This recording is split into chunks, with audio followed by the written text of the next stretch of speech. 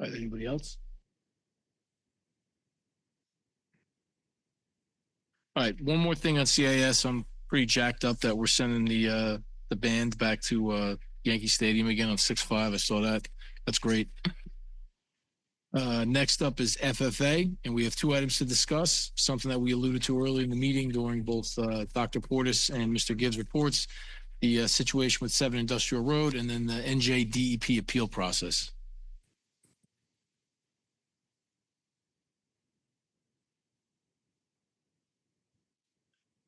It would seem like I was trying to punt you on that one.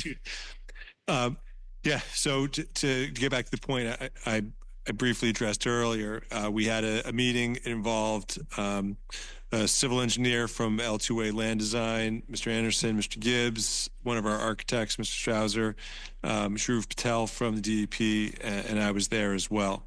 I have shared my notes with the board. I did my best to take notes as I was going.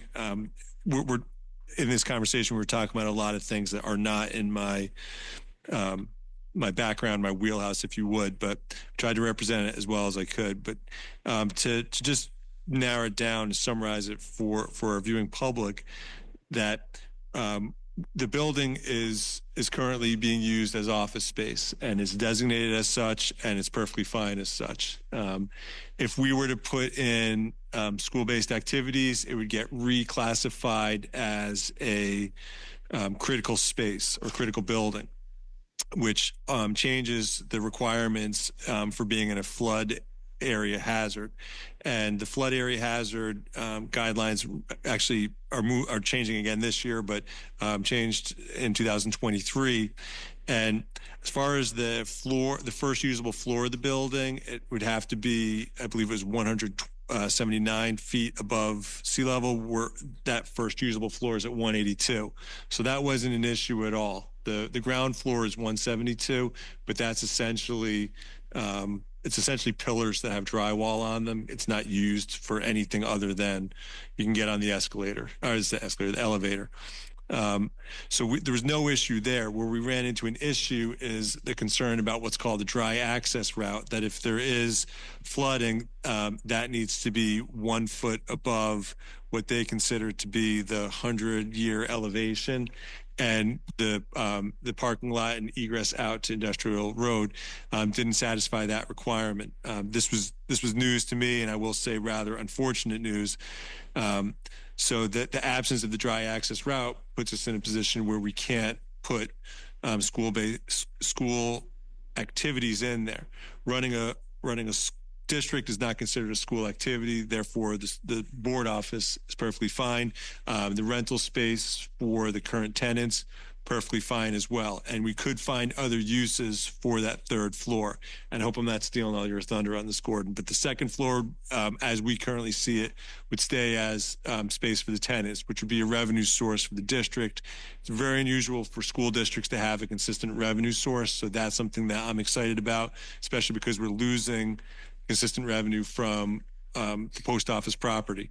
And then the third floor, we would need half of it for the board offices. We need a home, and this is a really good amount of space for it.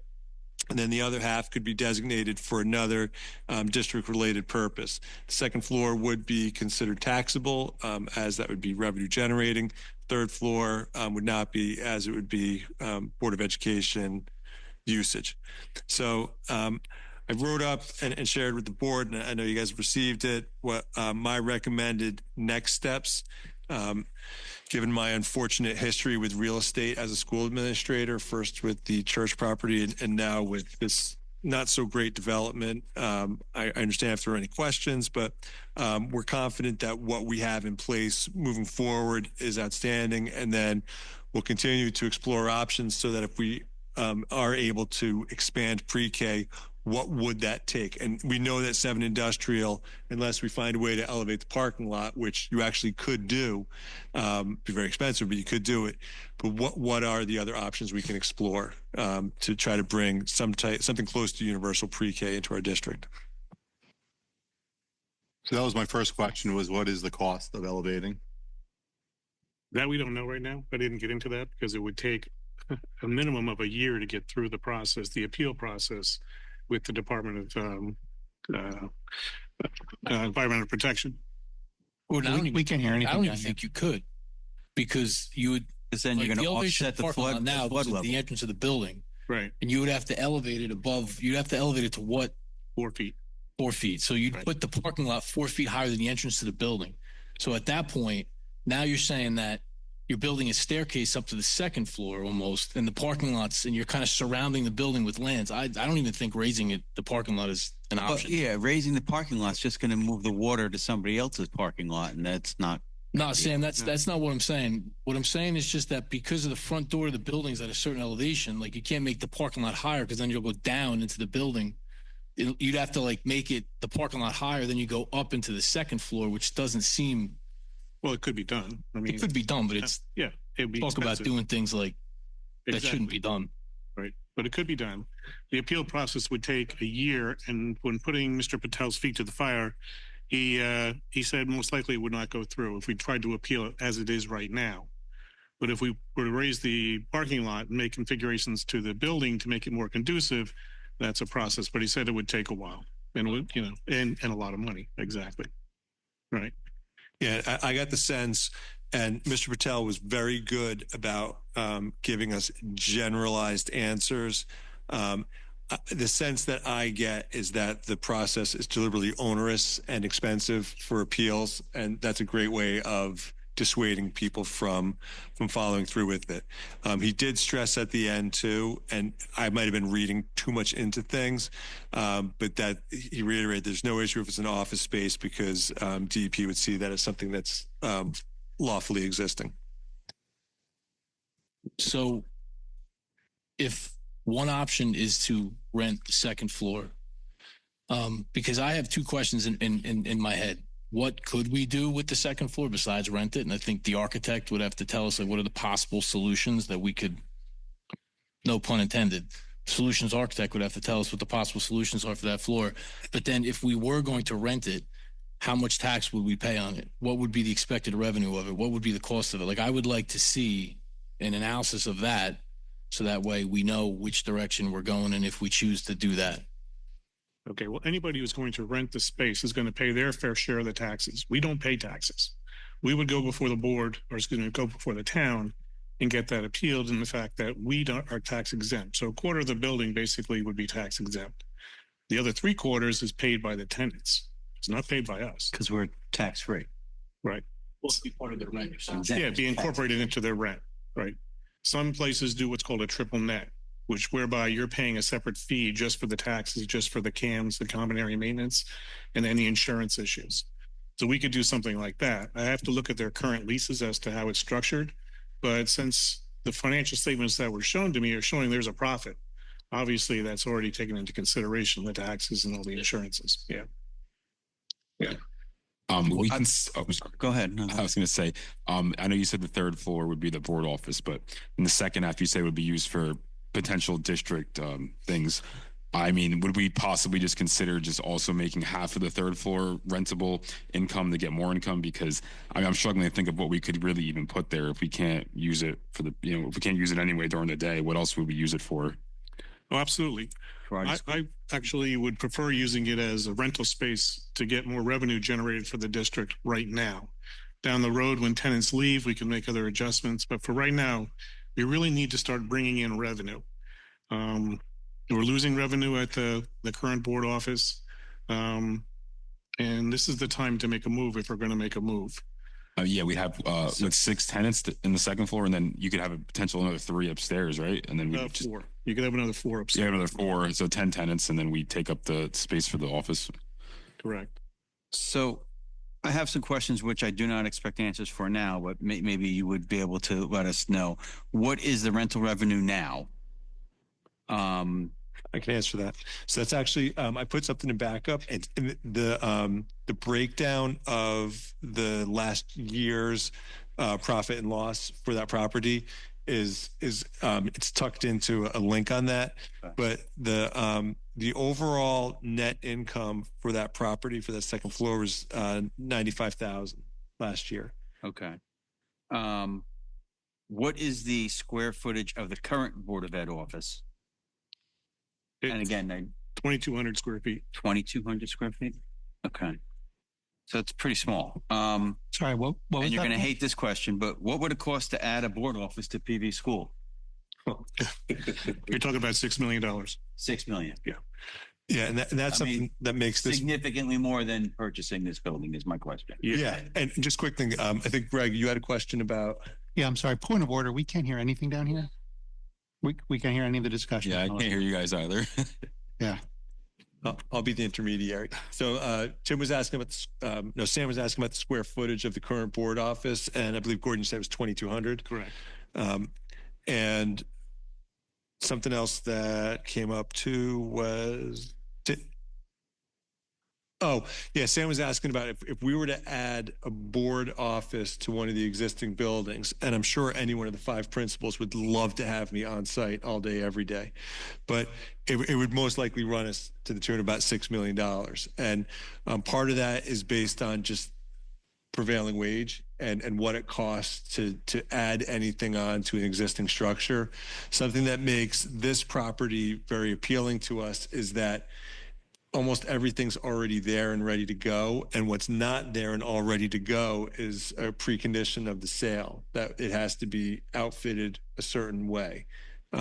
So by having that in place, we would actually realize a pretty incredible savings, because the prevailing wage is probably a 500% markup on labor. So that by itself is something that, by the way, the term I was looking for as I was scrambling, we would be making the purchase with as improved property at the 3rd floor, and the as improved would be the board office. Is there any liability with renting to people? Like, is there any kind of, I mean, there's got to be a reason why, school districts don't do things like this, with buy buildings and then rent out floors for revenue. I mean, it seems like something that's not a bad idea, but I'm wondering, like, is there any legal liability to that? Sure. So anytime you're a landlord in the state of New Jersey, it's going to come with the fair share of legal challenges. New Jersey is a very tenant friendly state, regardless if it's commercial or residential. There is no legal prohibition against it. I will say that. But obviously you're going to have situations where your insurance company is going to want to have something to say, particularly regarding the levels of coverage that your tenants are going to have to hold, and what you are named as additional insured on, as well as the fact that they're going to have something to say about you and how you occupy the building. They're going to want to make sure that they're having a toehold on what your policy says, particularly regarding the site. So your policy is going to have to be structured specifically based on what their needs are for ensuring that there's adequate coverage, both in you occupying it and then serving as a landlord. Sure. Yes. You see this more in context of a board renting out a space to a private contractor, Boys and Girls Club, or some educational facilities is where you more so normally see it. But the idea of renting it out to private businesses is not completely unfamiliar, at least to me. It's just school districts kind of operate in their own sphere. And a lot of people don't like to be involved in the commercial real estate business. So that's part of the reason why you don't see it so often. What about like upgrades to the building? If like one tenant leaves, another tenant comes in, and like codes change, would we be obligated to like update? Yes. Things like that? Yes, you are obligated the same way that a private individual would be as a commercial landlord. You would be required to know all of the requirements regarding code changes, zoning changes, everything that's related to owning the actual property and serving as a landlord. That would be the board's responsibility. But as a landlord with a tenant, any new tenant coming in and they require special configurations in the building, that's on them. That's not on us. So they're going to pay for that. Just like we're paying for it. We would pay for it going into the building. Again, this is the way my brain works, but I apologize ahead of time. What is to stop us from buying a house in town for $1 million in the residential / commercial area and just having the board office be an off-site house. You're going to find a house that's got close to 2,200 square feet. It would have bathrooms in it already, whatever you need, probably. It would have a kitchen. It would have, not that you need a tub, but I mean, you're talking about you could buy a really nice house in town for $1 million, and that's half of what we're spending for this. And then you guys would have a board office, not on any campus. I would say, for example, an old doctor's office or an old lawyer's office or a doctor's office or something like that, that might be for sale. Dentist's office, something to that effect. Yes, that was actually taken into consideration, but there's actually 3 items involved here. It's not just a board office. It's obviously we need a new board office. We also have lost rental. We've also lost income. We need to replace that income and we need to generate income. 26, 27 is going to be a rough year. We don't start planning now, things are going to get rough. So I'm just giving you a warning as the BA, we need to plan now for the future. The third thing is the preschool. Let's say our preschool expands and we need space, but we don't have it. We can't afford to build on the building. Well, we can look into the private sector and getting a building, rent it. But now we have rental income coming in to help offset some of that rental expense going out for the preschool. So now we have more options open to us. So we've went over your option or your idea, Sam, as far as, looking at housing. We actually did look at one, which was a total mess. But when we went over the numbers, we went over different ideas. This was the way to go. It really is. And if we're going to move on this, we have to move on it soon, because the capital lease, in order for the owner to finish what needs to be done, we need to get going on this by the end of this month, in order to get it done by the end of June. Now, the cost to fit up that top floor, $264,000 non-prevailing wage rate. That's unheard of, but he can do it. But we have to get it done before the end of this year. Next year, I cannot use capital reserve to do that function, because capital reserve is already geared towards buying the building, totally fitted up, ready to go. It's a unique opportunity. Gordon, just 2 thoughts on that, and kind of piggybacking off what Jackie was saying. Jackie, the tenants would have to carry, sorry, this is cutting in and out. The tenants would have to carry renter's insurance. No. Absolutely, yeah. So there would be another layer of coverage there. It wouldn't be like all on. No, and that's, I apologize if I wasn't clear, that they would have to have an insurance policy the same way that a normal commercial or residential renter would have. We would be named as additional insured on that. So there would be that level of protection. But obviously your insurance carrier is going to have something to say about it and some considerations that they're going to want you to carry as well. Right. Okay. Thank you. I just wanted that clarification. And then coming back to Sam's comment, it just sort of, as far as housing goes, it just sort of made me think from the income standpoint. Earlier in the year, I think it was during our retreat, Helena, or maybe Chris, were speaking about, servicing the special education population that we have coming up, the 18 to 21. And I didn't know if that was a potential area to use a floor of the house to have that extension and have that as revenue. Floor of a building? A floor of, if we did a house. If we would have purchased, if we did a house to real service estate. the 18 to 21 population, because I know that's tough to find. Well, depending on the house you're looking at, if you're looking at just a residential house, you're going to have to go before the zoning committee and have them rezone the property to making it inherently beneficial. And that is tough because the town is now losing revenue. Okay, so that's not an easy proposal. And the second one, you'd have to find a building big enough or a house big enough that would house, which you're suggesting, the 18 to 21-year-olds plus the board office. That's a pretty good sized home. It's a big ask. Yeah, yeah. Okay. I do have one statement.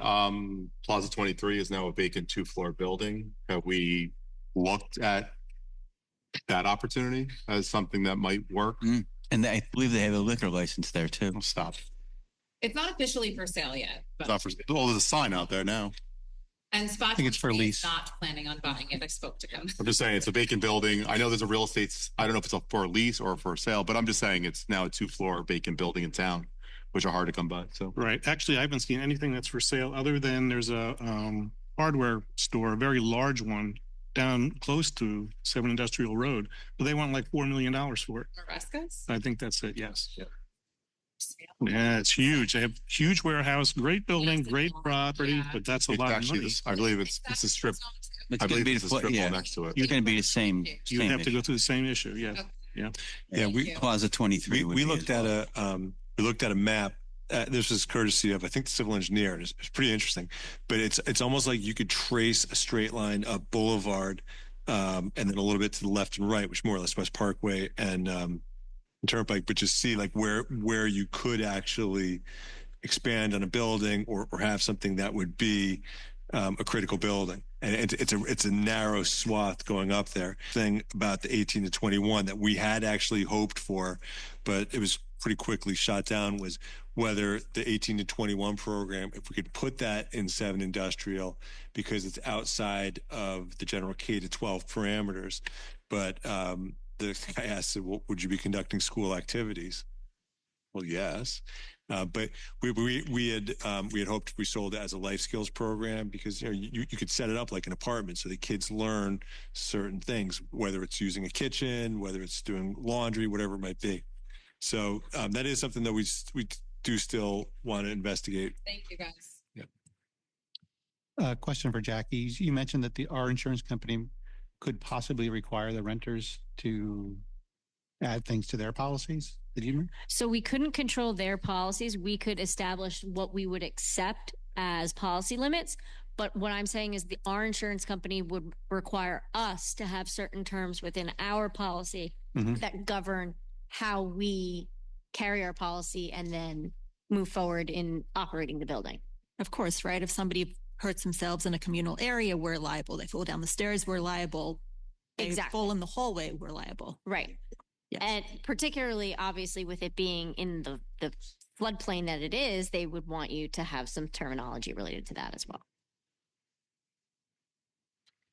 What's the time frame as far as like when you're planning to put this on the agenda for a vote? I'd like to put it on the agenda for a vote at the end of this month. So we would have to set up a capital lease, and then we'd have to establish the payments that would be paid to him between now, which we have retroactive from January to June 30th. That would take care of fitting up the building, holding the building, ready for us to either purchase it in July or August, whenever he's done. I mean, we've been working on this for almost 7 months, so it's time we either are going to do it or we cut him loose, because I can't keep stringing him along every board meeting. He asked me after every board meeting, how did it go? I said, well, I keep stringing him along. So I think we're at the point we have to make a decision. A lot of things have changed though since this was first proposed. Oh yeah, So absolutely. it's not like we've been mulling over the same idea. We've actually been mulling over an idea that keeps evolving into something different. So we need time to consider that. And we also need good quality information to, answers to the questions, I guess, that we've been discussing now, Absolutely. in order to make a good decision. Sorry, you definitely answered this at a meeting. Oh, sorry. No, go ahead. You definitely answered last time. How many tenants are there currently? 6 tenants. Thank you.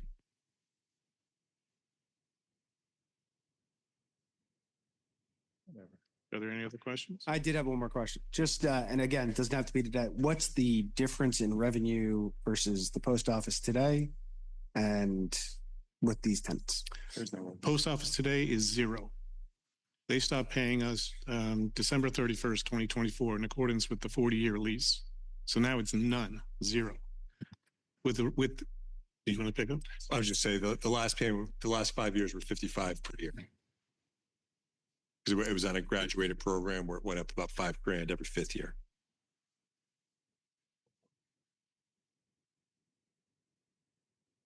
Any other questions? I think we should do something similar to kind of what we did already, which is make up another list of questions for everybody that they might not be thinking about now, and you guys can respond to it.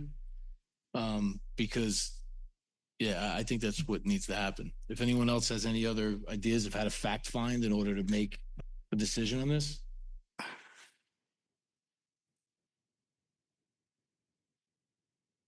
I mean, one way or the other, a decision is going to be made. So it's at this point trying to decide what information we're going to ask for in order to base our decision on. So to me, it's like we make up the list of questions and then get the answers and then we decide. Can we, I guess one of the questions I would have is, can we contact our insurance company and say, hey, this is what we're looking to do. What are your requirements from us? Already done it. Don't forget, the building is already in existence and in operation. So it's not like we're buying a building that's vacant and we're starting from scratch. The building already has insurance. I investigated the flood insurance, which was cheap. It's $1,500 a year because the building was built for a flood. Yes. Nothing gets flooded. I think my major area, just to put out there, my major area of concern is I definitely understand that we need the income and that we need a place for our board office. However, I think I think everybody knows my opinions, thoughts, and feelings about the preschool expansion. So my concern is what's going to happen when our time is up for PEA and we need to house our preschoolers somewhere. Like, we're not going to have the capital reserve money to then purchase another building, or are we going to have those finances? What are we looking in the long run for all of these preschoolers? That's what my issue is. Right. As I stated before, we're going to be generating revenue, which means that we could rent another space. Okay. We're not draining our capital reserve to zero. By the time we sell the board office at the post office, we'll have about $2 million in capital reserve afterwards. So it's not like we're draining it down to zero and we have nothing. I would never do that. That's not a good idea. Gordon, what happens if we don't purchase this with that? Like, what do you do with that money? You invest that money? Gordon, were you finished answering that question? Yeah, pretty much. Okay. I just want to make sure, because you kind of jumped in on him answering Danielle's question. Well, let me ask Danielle, did that answer your question? Or Yeah. So essentially, if PEA comes up, we're going to look for an outsourced program. That's what the game plan is. I just want those. We will have $2 million left in the capital reserve if we need to use it for something else. And then we'll also, if PEA comes up, we will then outsource the site, essentially. That's what the game plan would be, correct? Correct. And you'd have to budget it. I mean, if we don't buy this property, we did not budget to lease property next year for the board office. We budgeted to buy the building. Okay. I can't use capital reserve money for rent. Cannot be done. That's for capital improvements. So if you decide not to, which is the board's prerogative to do that, things are going to have to be cut in order for the board office to be able to move somewhere and pay rent. So that's something to consider also. My opinion is that's still a no-brainer. Thank you, Gordon. You're welcome. Sam, you got a question? Sam, you got a question? Yeah. I almost forgot my own question. If we don't purchase it and what happens with that money? It's our money. It just gets invested whichever way through. If you don't use the capital reserve money for the specified purpose, it stays in capital reserve. It does not go out. Okay. Right. Okay. So, but we could then go look for someplace different. You could. But remember, you have a timeline. The main reason behind this was the preschool. And now if there's no preschool, it's a different story, I think. Well, I beg to differ. The main reason for this to get started was the board office lease was up. That's what started it. The preschool came into it. The income aspect of it also came into it. So it's three aspects of this process: board office, loss of revenue, and preschool. I personally just don't like the idea of two of those immediately. You see what I'm saying? No, I understand that. I just I don't know if I want to get into the renting business, being a landlord. I'm not really sold on that. And the fact that Jackie says that nobody else is doing that. We've been landlords. You've been landlords. We've been renting the property to the post office for the last 40 years, since 1985. Government entity. So what is your fear? It's not a CPA who says, you know what, I don't need this anymore. I'm going to work from home. It's not a psychologist or a lawyer. I mean, it was the U.S. Post Office. If we weren't getting our money, I'm sure there was a way that we were going to get our money. In this situation, if somebody just stops paying rent, what are we going to do? We're going to send Ronnie after them? What are we going to do? So, Gordon, something I want to clarify that I think you just said related to the building. If we don't purchase it, the budget is set up for next year to purchase it. So if we don't purchase it, and then we would then have to go rent someplace for the board office, we can't use that money that we were going to purchase the building with to pay rent. Correct. So therefore, you would have to look into the budget to find money to pay rent for the board office, while the money that we were going to use to purchase the board office sits in capital reserve, That is correct. unless we find another place to buy for roughly the same amount of money. In a short period of time, yes. I think Mr.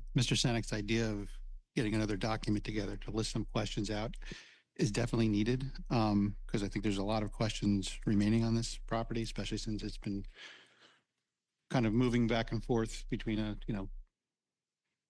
preschool, and now it's just a board office and we can't use it for some things. Because at the end of the day, we're purchasing a property here for 2.6 million. That, that's the town's money. That's our taxpayers' money. And we're purchasing a building to become a landlord, not for any educational purpose. I don't know. If we would have all of our questions answered by the next board meeting, perhaps we could move it, but I don't know if we can get there that fast. I don't think we could go to the town and say, hey, we did this with your money just to have a board office. I know there's revenue involved and it's important, but it's a big price tag.